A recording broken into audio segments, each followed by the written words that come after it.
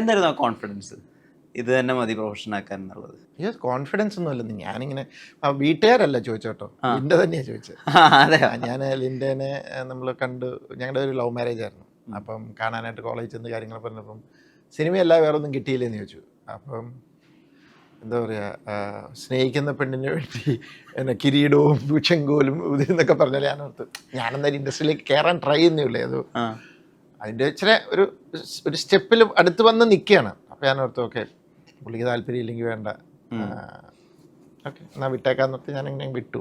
എന്നിട്ട് പിന്നെ എനിക്ക് താല്പര്യമില്ലാത്തൊരു ഫീൽഡാണ് കൃഷി. ഇങ്ങനെ എനിക്ക് അറിയില്ല. ഞങ്ങൾ ബേസിക്കലി കൃഷിക്കാരാ. ഫാദർ ആക്സിഡൻ്റലി പൊളിറ്റിക്സ് വന്ന് ചാടി അങ്ങനെ ഇതാണ്. പിന്നെ ഞാനിവിടെ മുല്ലക്കൃഷിയൊക്കെ ട്രൈ ചെയ്തു.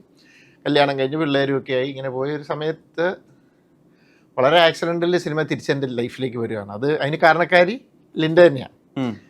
ഒരു സ്ഥലത്ത് വെച്ച് ഇങ്ങനെ എൻ്റെ ഒരു കസിൻ്റെ വീട്ടിൽ വെച്ചിട്ട് ജയരാജ് സാറിൻ്റെ കരുണത്തിൻ്റെ ബ്രോഷർ കണ്ടു. അപ്പം ചോദിച്ചു ഇതെന്നെ ഇവിടെ, ഞങ്ങൾ ഫാമിലി ഫ്രണ്ട്സായി. അപ്പോൾ പുള്ളിക്കാരത്തി പറഞ്ഞു ജിത്തുവിന് വലിയ ആഗ്രഹമായിരുന്നു സിനിമ എന്നൊക്കെ പറഞ്ഞ് ഇങ്ങനെ പിന്നെ വേണ്ടെന്ന് വെച്ച് ഇങ്ങനെ ഇരുന്നാന്ന്. അപ്പോൾ എന്നോട് ചോദിച്ചു ഞാനതൊക്കെ വിട്ടു എന്ന്. അന്നേരം എൻ്റെ പിറ്റേ ദിവസം ഉണ്ടായിരുന്നു പുള്ളിക്കാരത്തി വിളിച്ചിട്ട് ചോദിച്ചു ഞാൻ ജയരാജ് സാറുമായിട്ട് സംസാരിച്ചു, നിനക്ക് വേണമെങ്കിൽ നീ ഇത് ചെയ്തോന്ന് പറഞ്ഞു. ഞാൻ ലിൻഡയോട് ചോദിച്ചു. ലിൻഡ പറഞ്ഞല്ലേ എനിക്കറിയാം ജിത്തു ഓരോ സിനിമ കഴിഞ്ഞ് വരുമ്പോഴും സിനിമ പക്ഷെ അത് ഇങ്ങനെയല്ലായിരുന്നു ചെയ്യേണ്ടത്, ഇത് ഇങ്ങനെയായിരുന്നു ചെയ്യേണ്ടത്, അത് നല്ലതായിരുന്നു, പക്ഷേ ഇവിടുത്തെ മ്യൂസിക് ശരിയായില്ല. അതങ്ങനെ നമുക്ക് നമ്മുടേതായ ഒരു അഭിപ്രായം ഞാനിങ്ങനെ അതിനെക്കുറിച്ച് വാദവരാതെ സംസാരിച്ചുകൊണ്ടിരുന്നു. അപ്പോൾ പുള്ളിക്കാരത്തേക്ക് എവിടെയോ തോന്നി എനിക്കിങ്ങനെ ഉള്ളിൽ ഭയങ്കര ഒരു പാഷനായിട്ട് കിടക്കുന്നു, പുള്ളിക്കാരത്തേക്ക് വേണ്ടി ഞാനത് വേണ്ടെന്ന് വെച്ചു എന്നുള്ളൊരു. അങ്ങനെ ഞാൻ ജയരാജ് സാറിൻ്റെ അടുത്ത് പോയി ഒരു പടം വർക്ക് ചെയ്തു. പിന്നെ കുറച്ച് സ്ട്രഗിൾ ഉണ്ടായിരുന്നു, കുറേ ലൈഫിൽ കുറേ സംഭവവാസങ്ങളൊക്കെ ഉണ്ടായി. ഒരു സിനിമയുടെ കഥയ്ക്ക് വേണ്ടി കഥാകൃത്തായിട്ട് ഞാനൊരു സിനിമ പ്രൊജക്റ്റിൽ ജോയിൻ ചെയ്തു. 1.5 വർഷത്തോളം നടന്നു. അന്നത്തെ ഒരു സൂപ്പർ സ്റ്റാറിൻ്റെ പടമാണ്.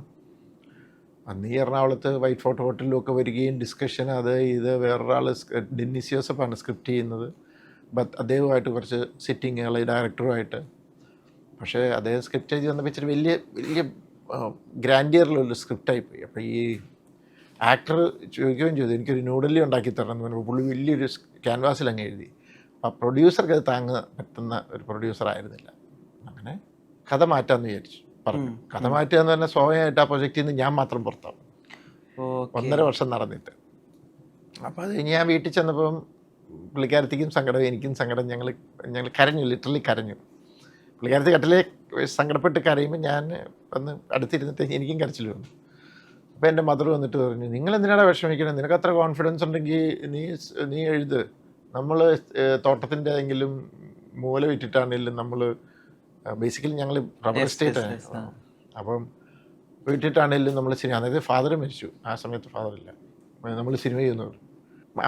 അമിഷ അത് ചെയ്യാൻ വേണ്ടി പറഞ്ഞൊന്നുമല്ല, പക്ഷെ അത് കോൺഫിഡൻസ്. അങ്ങനെ ഞാൻ എഴുതിയ സ്ക്രിപ്റ്റാണ് ഡിക്റ്റേറ്റീവ്. എന്നിട്ട് അന്ന് ഞാനും എൻ്റെ ഒരു അമേരിക്കയിലുള്ള ഫ്രണ്ടും ഞാൻ കുറച്ച് പൈസ ഇൻവെസ്റ്റ് ചെയ്യുക, അമേരിക്കയിലുള്ള ഫ്രണ്ടൂടെ കൂടി ഇൻവെസ്റ്റ് ചെയ്യാൻ റെഡിയായിട്ട് അങ്ങനെ സുരേഷ് ഗോപിനെ മീറ്റ് ചെയ്ത് അദ്ദേഹം പറഞ്ഞ് അദ്ദേഹത്തിന് സാധനം ഇഷ്ടപ്പെട്ട്. അത് കഴിഞ്ഞ് ഞാൻ വീട്ടിൽ ഇരിക്കുമ്പോൾ അദ്ദേഹം പറഞ്ഞു പുള്ളി തന്നെ ഫസ്റ്റ് സിനിമ ചെയ്യുന്നു, ഫസ്റ്റ് സിനിമ പ്രൊഡ്യൂസ് ചെയ്യുന്നു, അത് ഭയങ്കര സ്ട്രെയിൻ ആയിരിക്കും, അത് പുള്ളി അതുകൊണ്ട് വേറെ പ്രൊഡ്യൂസറെ എനിക്ക് തന്നു. അങ്ങനെ ഇത് കോൺഫിഡൻസ് ഉണ്ടോ എന്ന് ചോദിച്ചു കഴിഞ്ഞാൽ ഒരു കോൺഫിഡൻസ് ആണോ, വിവരമില്ലായ്മയാണോ, എടുത്തുചാട്ടമാണോ ഒന്നും എനിക്കറിയില്ല. പക്ഷെ എന്തോ ദൈവാനുഗ്രഹം ഉണ്ടായിരുന്നു. മേ ബി നമ്മൾ പറയില്ലേ ഹാർഡ് വർക്ക് പേസ് എന്ന് പറയല്ലേ, മേ ബി. പിന്നെ ഓരോ രീതിയിലാണ് ആ സിനിമയിൽ. എന്നിട്ട് ആ പ്രൊഡ്യൂസർ മുന്നോട്ട് പോയി കുറച്ച് കഴിഞ്ഞപ്പോൾ പുള്ളി പറഞ്ഞു എൻ്റെ പൈസ ഇല്ല, എനിക്ക് തീർക്കാന്ന് പറഞ്ഞപ്പോൾ ഞാൻ കുറച്ച് പൈസ ഇട്ടുണ്ടോന്ന്. പിന്നെ എനിക്ക് ആ പൈസ ഇതുവരെ തിരിച്ചു കിട്ടിയിട്ടില്ല. അപ്പം ഞാൻ ഓർത്തു അത്യാവശ്യം നല്ല എമൗണ്ട് ഉണ്ടായിരുന്നു. അപ്പം ഞാൻ ഓർത്ത് ചിലരുടെ ലൈഫിൽ അവരുടെ ടൈമാണ് ഇൻവെസ്റ്റ് ചെയ്യുന്നത്. ചിലപ്പോൾ 10 വർഷം, ചിലപ്പോൾ 12 വർഷം, അല്ലെങ്കിൽ 8 വർഷം എന്ന് പറഞ്ഞാൽ. എനിക്ക് പക്ഷേ അത്രയും ടൈം ഇൻവെസ്റ്റ് ചെയ്യേണ്ട വന്നില്ല. കാരണം എനിക്ക് ഒരുപാട് അസ്റ്റ് ചെയ്തു, വലിയ അവസ്ഥയില്ലാതെ ഞാൻ എൻ്റെ ഫസ്റ്റ് പടം ചെയ്യുന്നു. അപ്പം എനിക്ക് നഷ്ടപ്പെട്ടത് ടൈമിന് പകരം പൈസയായിരുന്നു. പക്ഷെ ഞാൻ എവിടുന്നോ വന്ന ഒരാൾ വന്നിട്ട് ഞാൻ സിനിമ ചെയ്യാന്ന് പറഞ്ഞാൽ അന്നത്തെ കാലത്ത് ഇന്ന് ഒരു ഷോർട്ട് ഫിലിമെങ്കിലും ചെയ്ത് കാണിക്കാം, ഒരു ഫോൺ ഉണ്ടെങ്കിൽ. അന്ന് എന്ത് കാണിക്കാൻ, ഹാൻഡിക്യാമിലൊക്കെ ഞാൻ എൻ്റെ പിള്ളേരെയൊക്കെ ഷൂട്ട് ചെയ്ത് എഡിറ്റ് ചെയ്തേക്കുന്നു. ഒരു പടം ചെയ്യാതെ എനിക്ക് എന്നെ പ്രൂവ് ചെയ്യാൻ പറ്റത്തില്ല. അപ്പോൾ അതിനൊരു അവസരം വന്നപ്പോൾ ഞാനങ്ങനെ ചെയ്തു. അതൊരു കോൺഫിഡൻസ് ആണോ, എന്താ മണ്ടത്തരമാണോ, എടുത്തിയായിട്ടാണോന്നല്ല, ഞാൻ റിസ്ക് എടുത്തു, അത്രേ ഉള്ളൂ. ദൃശ്യത്തിൻ്റെ റൈറ്റിങ്ങിൽ ഏറ്റവും പ്രധാനമായിട്ട് ആളോട് പറയുന്ന ഒരു ഏരിയ ഉണ്ട് സാർ, അതായത് ക്യാരക്ടേഴ്സിൻ്റെ അവരുടെ മോട്ടീവ് അല്ലെങ്കിൽ എന്താണ് അവരുടെ ക്യാരക്ടർ, അത് എപ്പോഴും റീറ്റൈൻഡ് ആയിട്ട് നിലനിൽക്കുന്നുള്ളത്. അതായത് ജോർജ് കുട്ടി എപ്പോഴും അയാളുടെ ഫാമിലിയെ പ്രൊട്ടക്ട് ചെയ്തുകൊണ്ട് തന്നെ ഇരിക്കുകയാണ്. അപ്പുറത്ത് IG എപ്പോഴും അയാളെ എങ്ങനെയെങ്കിലും പെടുത്തണം, എപ്പോഴെങ്കിലും പുതിയ പുതിയ ഐഡിയാസുമായിട്ട് വരണം, അയാളിൽ നിന്ന് സത്യം റിവീൽ ആക്കണം. ആ ആർക്കിൽ നിന്ന് ഒരിക്കലും അവർ മാറില്ല. ഇത് ബോധപൂർവം ജിത്തു ജോസഫ് എന്ന റൈറ്റർ അത് അങ്ങനെ ഒരു നിർബന്ധം വെച്ച് ചെയ്യുന്നതാണോ? അതെ, കാരണം ക്യാരക്ടേഴ്സ് ഞാൻ ചോദിക്കട്ടെ, എനിക്കൊരു സ്വഭാവമുണ്ട്. ഒരു 90% ഞാൻ ആ സ്വഭാവത്തിൽ കൂടി എനിക്ക് സഞ്ചരിക്കാൻ പറ്റുള്ളൂ.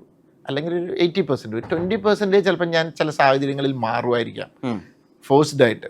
എന്നാൽ പോലും ആ 80-ൽ ഞാനിങ്ങനെ കിടക്കും. എവിടെയെങ്കിലും ഒരു ഇത് വന്നാൽ എൻ്റെ ആ 80 ആയിരിക്കും റിഫ്ലക്റ്റ് ചെയ്ത് വരുന്നത്. കാരണം അതിൻ്റെ ബേസിക് ക്യാരക്ടറാണ്. ഇപ്പോൾ ജോർജ് കുട്ടിയെ സംബന്ധിച്ചിടത്തോളം അയാളൊരു അനാഥനായിരുന്നു. അയാൾ സ്വന്തമായിട്ട് അധ്വാനിച്ച് വളർന്നു വന്ന ഒരാളാണ് ജോർജ് കുട്ടി. ഇത്രയും സമ്പാദിച്ച ആ കൂട്ടത്തിൽ അധ്വാനിച്ച് വളർത്തി അല്ലെങ്കിൽ പുള്ളി ഉണ്ടാക്കിയെടുത്ത പുള്ളിയുടെ ഫാമിലി, ആ ഫാമിലിയിൽ ഒരാൾ അഫക്റ്റഡായ ആ ഫാമിലി പോകുമെന്ന് അറിയുമ്പോൾ അയാൾ അതുപോലെ അത് പിടിച്ചു നിർത്താൻ വേണ്ടി ശ്രമിക്കും. അത് മരിക്കുന്നിടം വരെ പുള്ളി ചെയ്യും. അത് പുള്ളിയുടെ ക്യാരക്ടർ അതാണ്. നീ അപ്പുറത്തെ സൈഡിൽ ഒറ്റ ഒരു മകനാണ്. ആ മകനെ ഇച്ചിരി വളർത്തു ദോഷം അമ്മയുടെ ഭാഗത്തു നിന്നൊക്കെ ഉണ്ടായി ഇത് ചെയ്തു. പ്രഭാകർ എന്ന് പറയുന്നയാൾക്ക് അതിനകത്ത് അഭിപ്രായ വ്യത്യാസമുണ്ട്. അപ്പോഴും അവരുടെ മകനാണ്. ആ മകൻ അങ്ങ് ആ തുടക്കത്തിൽ ഫസ്റ്റിനകത്ത് മിസ്സിങ് ആണ്. പക്ഷെ ഉള്ളിൻ്റെ ഉള്ളിൽ എവിടെയോ അവൻ അപായപ്പെട്ടു, അവൻ മരണപ്പെട്ടു എന്നൊരു ഫീലിംഗ് ഉണ്ട്. ആ പേടിയോടെ മുന്നോട്ട് വന്നു. അത് ഏതാണ്ട് കൺഫേംഡ് ആയി. അവർക്കൊരിക്കലും അത് പൊറുക്കാൻ പറ്റത്തില്ല. അവരുടെ ഭാഗത്ത് നിന്ന് നോക്കുമ്പോൾ ശരി എൻ്റെ മകൻ ഇച്ചിരി സ്വഭാവം ഇതൊക്കെ ഉണ്ട്, പക്ഷേ എന്ന് കരുതി ആർക്കെങ്കിലും കൊല്ലാനുള്ള റൈറ്റ് ഉണ്ടോ? ആരെങ്കിലും കൊന്നിട്ടുണ്ടെങ്കിൽ അവരെ ശിക്ഷ മേടിച്ച് കൊടുക്കണമെന്നുള്ളത് അവരുടെ ആഗ്രഹമാണ്. അതിനകത്ത് പ്രഭാകരനും ഉണ്ട്. പക്ഷെ പ്രഭാകരന് അത് ഏത് രീതിയിൽ എന്നുള്ളതിനകത്ത് പ്രശ്നം മനസ്സിലായി. പ്രഭാകരൻ അത് നിയമപരമായിട്ട് അത് ചെയ്യണം. പുള്ളിക്കാരത്തി അതുവേണ്ടി ഏത് എക്സ്റ്റെൻറ്റിൽ പോകും. കാരണം പുള്ളിക്കാരത്തി ഒരു IG കൂടെയാണ്, ഒരു പോലീസ് ഓഫീസറാണ്. അതിൻ്റെ ഒരു ഈഗോ ഉണ്ട്. ബാക്കി പല കേസുകളും പുള്ളിക്കാരത്തി കണ്ടുപിടിച്ചിട്ട് സ്വന്തം മകൻ്റെ കേസ് വരുമ്പോൾ അതാണ് പുള്ളിക്കാരത്തിൻ്റെ ഫ്രസ്ട്രേഷൻ. മനസ്സിലായോ? അപ്പോൾ സെക്കൻഡ് വന്നപ്പോഴും പുള്ളിക്കാരത്തിക്ക് എന്നാന്ന് വെച്ച് കഴിഞ്ഞാൽ ഞാൻ ഒന്ന് മകന് നീതി കിട്ടണം, 2 പുള്ളിക്കാരത്തിൽ IG എന്ന് പറയുന്ന പഴയ പോലീസുകാരി എന്ന് പറയുന്ന ആൾ ഞാൻ പരാജയപ്പെട്ട കേസ്, അത് സ്വന്തം മകൻ്റെ കാര്യം വന്നപ്പം എനിക്കത് തെളിയിക്കാൻ സാധിച്ചില്ല എന്നൊക്കെ പറഞ്ഞ് ഈഗോസും ഉണ്ട് അതിനകത്ത്. അപ്പം അത് രണ്ടും ഈ 2 ഇതും അതേപോലെ തന്നെ മെയിൻറ്റെയിൻ ചെയ്ത് പോകും. ഇനിയിപ്പോൾ റാണിക്കൊരു ക്യാരക്ടറൈസേഷൻ ഉണ്ട്. മൂത്ത മകൾക്കും ഇളയ മകളും തമ്മിലും ക്യാരക്ടറൈസേഷൻ വ്യത്യാസമുണ്ട്. മൂത്ത മകൾ കുറച്ചുകൂടെ ഇങ്ങനെ, അതിപ്പോൾ 3rd വരുമ്പോൾ നമ്മൾ അതിനെക്കുറിച്ച് കുറച്ചുകൂടി ഒന്ന് സ്ലൈറ്റ്ലി ഇളയ മകളും ഇവരും തമ്മിലുള്ള വ്യത്യാസം നമ്മൾ ചിലപ്പോൾ പ്രൊജക്റ്റ് ചെയ്യുന്നുണ്ടാവാം. അങ്ങനെ കുറച്ചുകൂടെ അവരുടെ ഫാമിലിയിലേക്ക് എന്തൊക്കെ, കാരണം കാലം മാറി പ്രായം മാറുന്നതനുസരിച്ച് അവർക്ക് മാറ്റങ്ങൾ സംഭവിക്കും. ആ മാറ്റങ്ങൾ സംഭവിക്കുമ്പോൾ ഉണ്ടാകുന്ന പ്രശ്നങ്ങൾ എന്താണ്, കാഴ്ചപ്പാടുകൾ മാറും കുറേയൊക്കെ, പ്രത്യേകിച്ചും പിള്ളേർക്ക് കാഴ്ചപ്പാടുകൾ മാറാം. അങ്ങനെയൊക്കെയുള്ള വിഷയങ്ങളാണ് ഞാൻ 3rd ഇത് ചെയ്യാൻ ഉദ്ദേശിക്കുന്നത്. ഈ പ്രഭാകർ ശരിക്കും ജോർജ് കുട്ടിയുടെ ഒരു മനസ്സലിവുള്ള ആളാണോ, അതോ അയാള് മനസ്സലിവെന്നല്ല, കാര്യങ്ങൾ നല്ല രീതിയിൽ പോകണം. പക്ഷെ പുള്ളിയുടെ ഭാര്യ എന്ന് പറഞ്ഞ ജീവനാണ്. പ്രകാരം ഭാര്യയുടെ കൂടെ തന്നെയാണ് നിൽക്കുന്നത്. അപ്പം ഭാര്യ അത് കറക്റ്റായിട്ടെല്ലാം ചെയ്യണം എന്നുള്ളതിനാണ് പറഞ്ഞത്. അവസാനം അങ്ങനെ കേസ് IG പറയല, എനിക്ക് നിങ്ങളെ മനസ്സിലാകുന്നില്ല എന്ന് പറഞ്ഞ എനിക്കിങ്ങനെയൊക്കെ ഞാൻ പറഞ്ഞതേ ഉള്ളൂ. പക്ഷെ അവരിങ്ങനെ പെടുത്താം, അങ്ങനെ ചെയ്യാം, ഇളയ കുട്ടീനെ വിടാം, നമുക്ക് ഫാമിലി നിൽക്കുമ്പോൾ പുള്ളി എൻ്റെ കൂടെയുണ്ട്. ഭാര്യയെ കാരണം സ്വന്തം ഭാര്യ അതുപോലെ സ്നേഹിക്കുന്ന ഒരു ഭർത്താവാണ്. പക്ഷെ അത് നല്ല രീതിയിൽ വളരെ പോളിഷ്ഡായിട്ട് പുള്ളിക്കാരത്തെ എവിടെയെങ്കിലും ഇച്ചിരി ഔട്ട് ഓഫ് ദ വേ പോകുമ്പോൾ പിടിച്ചു നിർത്തി കറക്റ്റായിട്ട് ചെയ്യുക എന്ന് പറഞ്ഞ് കൊണ്ടുപോകാൻ ശ്രമിക്കുന്ന ഒരാളാണ്.